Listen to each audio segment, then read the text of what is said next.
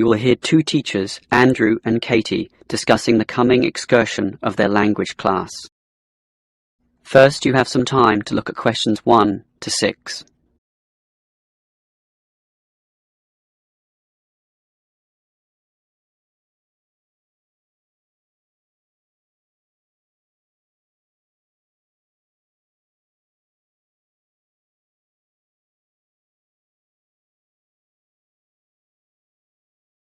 You will see that there is an example that has been done for you. On this occasion only, the conversation relating to this will be played first. Well, we have this school excursion planned, but when exactly is it? Is it this Tuesday or Wednesday? Well, it can't be Tuesday with the English tests taking place. Ah, right, not Tuesday, but Wednesday. That's right, all day Wednesday, taking a bus outside the city. The excursion is on Wednesday, so Wednesday has been written in the space. Now we shall begin. You should answer the questions as you listen, because you will not hear the recording a second time. Listen carefully and answer questions 1 to 6. Well, we have this school excursion planned, but when exactly is it? Is it this Tuesday or Wednesday? Well, it can't be Tuesday with the English tests taking place. Ah, right, not Tuesday, but Wednesday. That's right, all day Wednesday, taking a bus outside the city. And where are we going? Last month we went to Arthur Island, so this time we're going to the animal park. Arthur Island was okay, but it was too cold. Let's hope the weather for this week's excursion is better. I don't suppose animals care about bad weather, but I certainly do. Have you heard the forecast? Yes, and it's not too bad.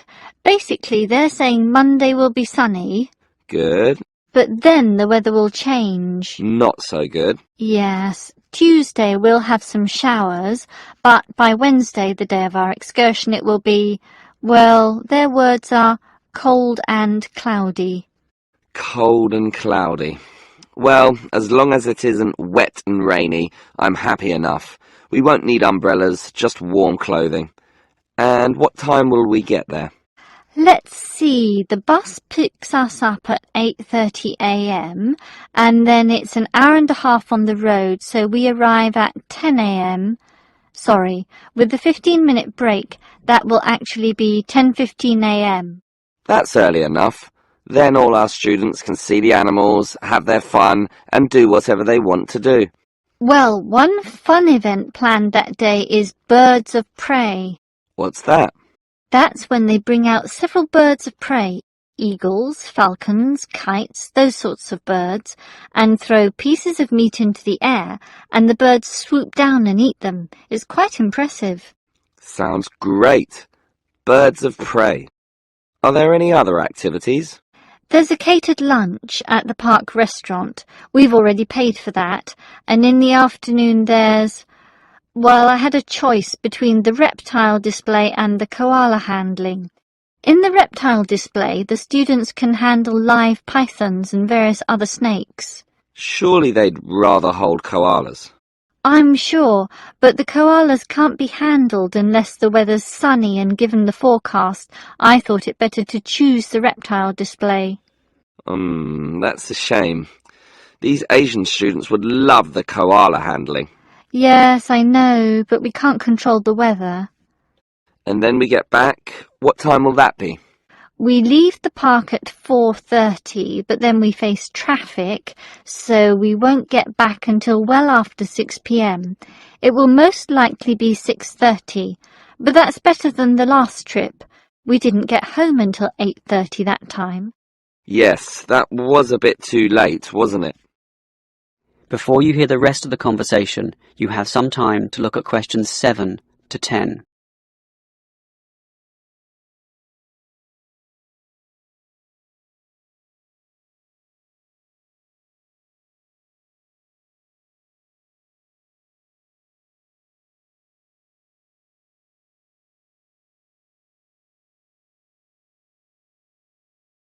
Now listen and answer questions 7 to 10.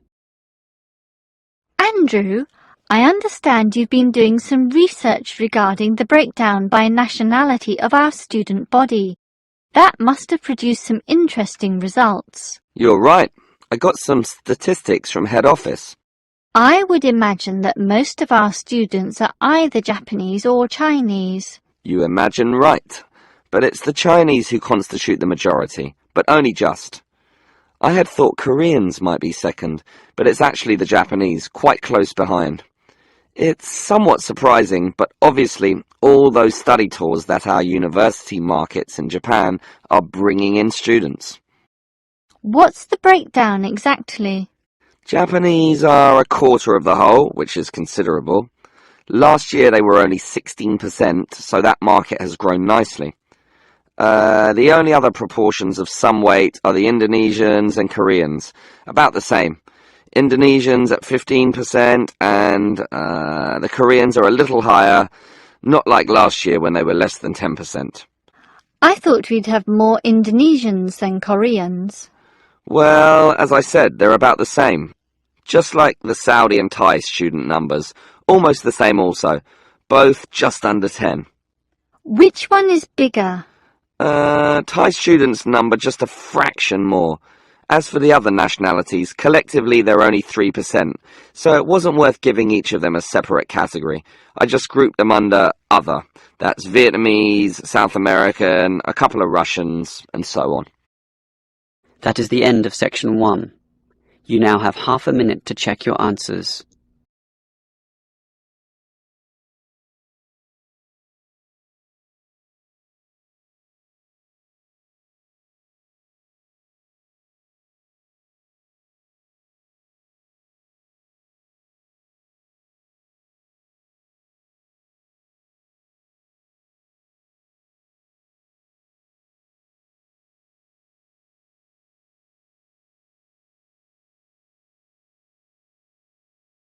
Now turn to section 2. Section 2. You will hear a representative from Easy Travel Travel Agency explaining to some customers the benefits of her company. First, you have some time to look at questions 11 to 15.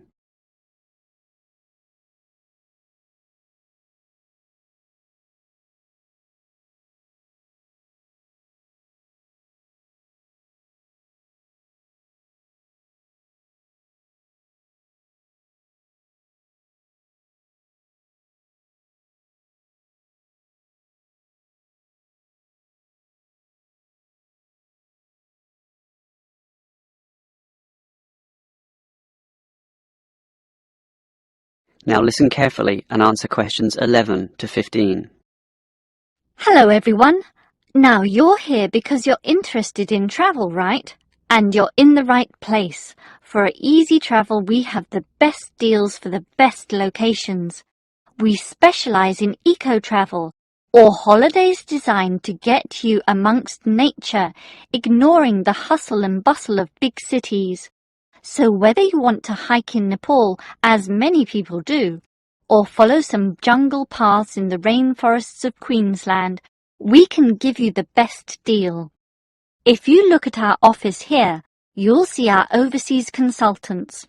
That's for trips overseas, obviously, to Europe, to North America, but primarily for the Asian market, which is generally more popular in this part of the world. Most people like that touch of the Orient, right? But they also like the domestic market, since this country offers its fair share of beautiful natural vistas. What about the deserts, anyone? What about some striking red rock gorges? Then talk to our domestic consultants, who can arrange anything you want. But they deal with the accounts in the morning, so you'll need to talk to them in the afternoon. And remember, our office doesn't open at night, sorry to say. Now, around the outskirts and outer regions of this city, there are many beautiful places that you might not be aware of, and the advantages of these regional locations are many. Mostly by being closer, some of them can be done in a day tour. Yes, it's fast and convenient with none of those long-haul bus trips which often leave you cramped and uncomfortable and stuffing heavy suitcases into luggage racks. But I should tell you about our buses, those that are needed for the somewhat more distant holiday destinations.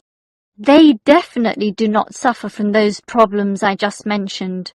We use the services of the famous Sleek Line Company, whose buses are known as the very best. Yes, they are big, yes, they are comfortable, but what makes them especially different is the personal attendant who accompanies the driver, ready and willing to serve you and ensure that your trip is the very best. So, whether it's overseas or local, we can certainly give you what you want. Now, do you have any questions? Before you hear the rest of the talk, you have some time to look at questions 16 to 20.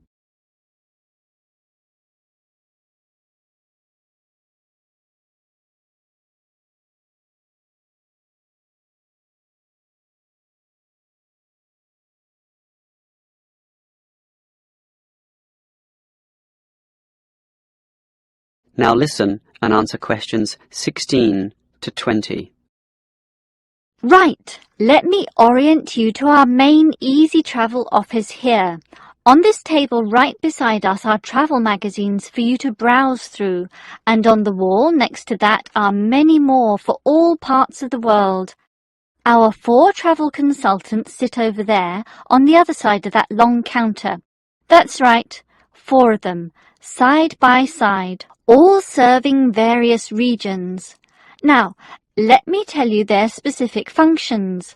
Firstly, the consultant on the left, next to the plant, is the local tours consultant, serving tours in the immediate vicinity of this city. Next to her is what we call regional tours, targeting the statewide options. Next to her is the interstate tours, and that can involve either buses or planes. In the former case, utilising the Sleek Line bus service, as you know. And finally, next to her in the corner is general inquiries, which is self-explanatory. If you have questions of a general nature, rather than one relating to specific destinations, you can go there.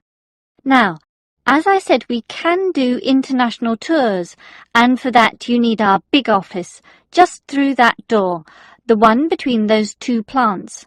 However, if your international tour is in the Asian region, which is generally our most popular option, then we deal with that in a separate room, the one opposite international tours, but not the corner one. Just go through that door on the left, the one next to that cupboard. The door next to that is, in fact, our general office, so please don't go through there. That's reserved for staff members only. That is the end of section 2. You now have half a minute to check your answers.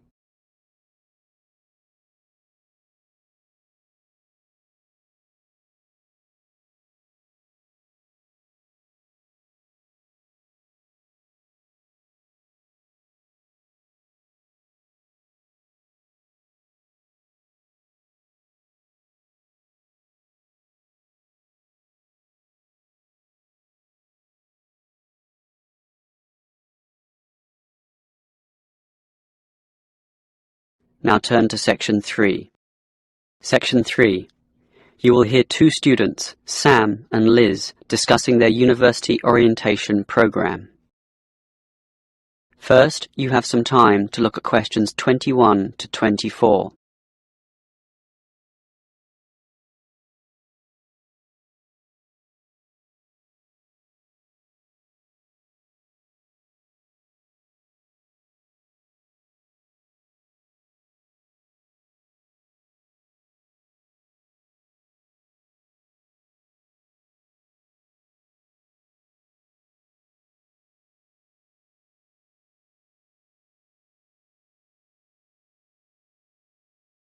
Now listen carefully and answer questions 21 to 24. Hi Liz, how do you feel about starting university here?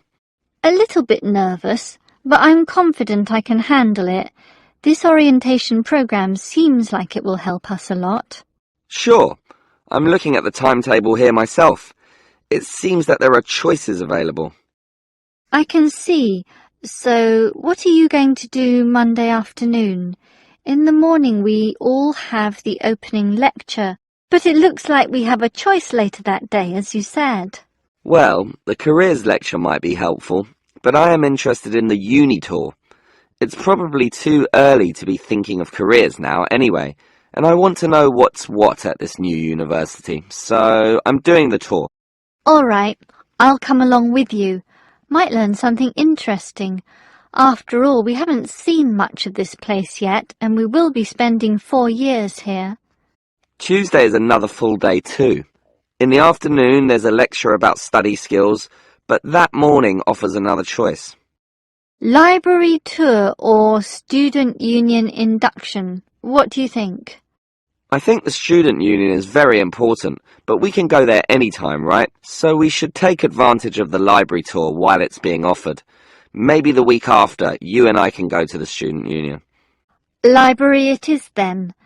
Now, Wednesday has a free session in the morning, but after lunch there's a choice between visiting the computer lab or attending a lecture on our legal rights. Well, law and rights are important, but computers are the basis of everything these days, so I'm going to the computer lab. Don't you think knowing our legal rights is equally, if not more important? We live in a very litigious and complex society now. Sure, but it's something we can pick up later, so let's leave that one out. Okay.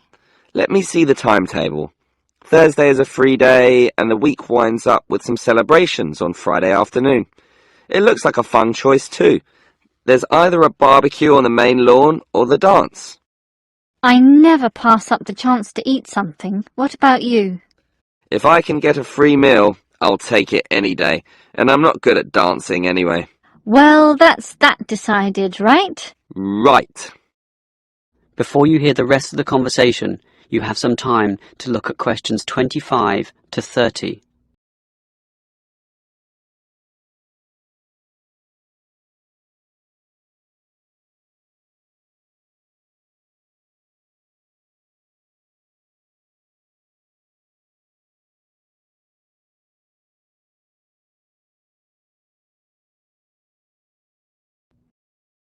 Now listen and answer questions 25 to 30. Guess what, Liz?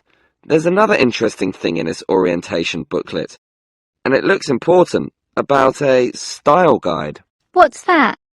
Take a look yourself. It seems to be a set of rules regarding how to present written work, essays and that sort of thing to the lecturers. They want a uniform style of presentation. I can see, so everything we hand in must have a header and a footer. A what? A header and a footer. The footer is at the bottom of the page and the header is at the very top. That's why they call it a header, you know, that little bit of writing giving details about the work. And they also want the word count. Why do they need that? I guess because the lecturers will specify the number of words they want for their assignment, and they want to be sure students follow this. And even the heading on the page has to be a specific dimension, 16 points and bold print and underlined.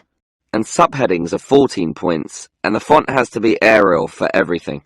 Yes, the main text is Arial too, as you said, and the size is 12 points, with the header and footer being slightly smaller at 10 points each. Well, it seems logical. The size of everything is in proportion to its importance. But why do they need the spacing of the main text to be 1.5? The header and footer are different. They're only single-spaced. Probably to allow the teacher to insert comments or corrections, or just to make it all more readable, I suppose. And we need wide margins on the left, right, top and bottom, probably for the same reason. Lots of space to allow the addition of comments. That's a bit scary, actually. It seems to assume we will be making mistakes. And look what they want in the header and footer. The header has the name of the work.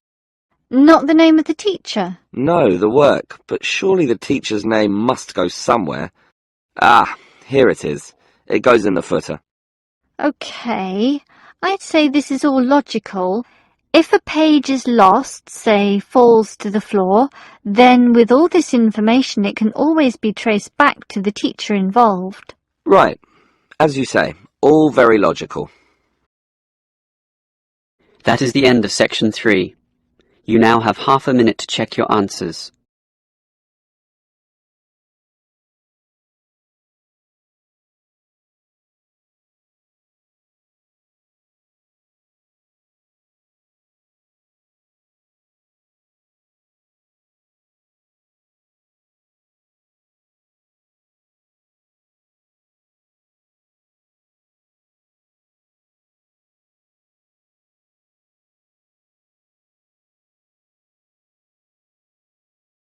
Now turn to section 4.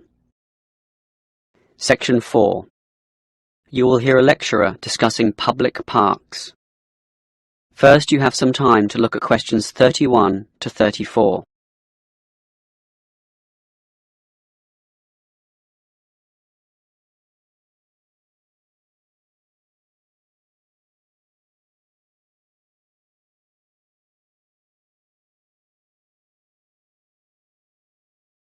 Now listen carefully and answer questions 31 to 34. Most of us are familiar with a local park. We spend time there, play there, and have some of our best memories in these places. But what is a park?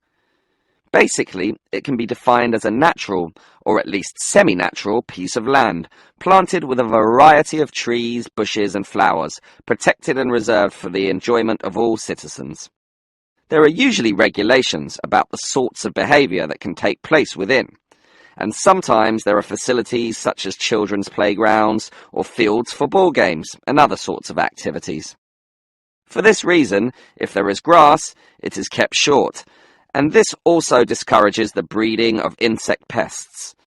A well-maintained park actually needs a lot of people to look after it, and more so if the park showcases special plants, flowers or trees, in which case it is called a botanic garden. In complete contrast, if the park is big and remote enough, it is sometimes designated as a wilderness park, to be left completely alone and untouched, protected from all development in order to allow wild species, both plant and animal, to live undisturbed. But it is the urban park, the sort of park that most people are familiar with, that I want to talk about now. These preserve natural landscapes for the pleasure of the urban population, most commonly just for passive recreation. In other words, allowing people just to observe the trees and lie in the grass, and such passive recreation is certainly needed. Before you hear the rest of the lecture, you have some time to look at questions 35 to 40.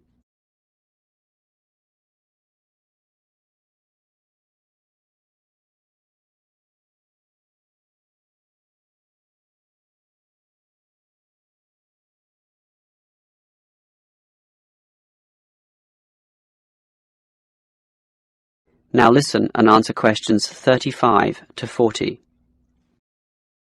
Continuing on the subject of parks, it might surprise you to know that once there were none. 1,000 years ago, there was no need, since there were already extensive open spaces, forests and wilderness surrounding most cities and towns, for example in Europe. These dark, dank forests were large and even dangerous, full of wild animals and with the potentially fatal result of getting lost. Hence, fairy tales evolved about witches living in these areas and the wolves and bears which could threaten young children. However, with the rapidly increasing human population, the original wilderness and natural open spaces were intruded upon. Forests were cut down as population spread, and with them urban pollution and further deforestation.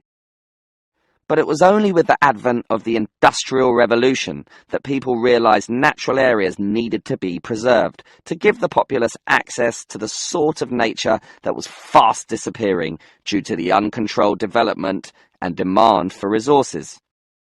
The first park expressly designed for that purpose is usually considered to be Prince's Park in Liverpool.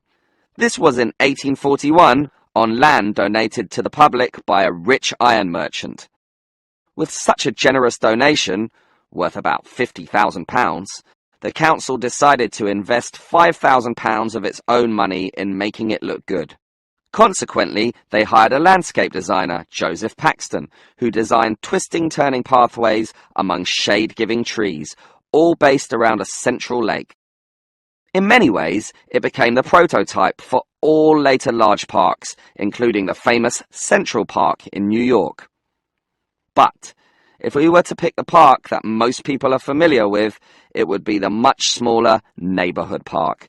These can be tiny, but by being in the midst of extensive development and dense populations, they are increasingly seen as a refuge, where one can get a glimpse of true nature. Many psychologists now maintain that this glimpse is necessary, for ultimately, as a species, we have an innate affinity for nature, and the concrete urban zoo clashes with our inner being.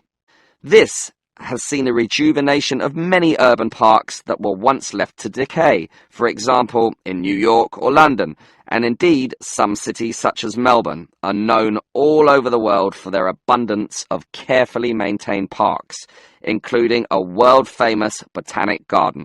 That is the end of section 4. You now have half a minute to check your answers.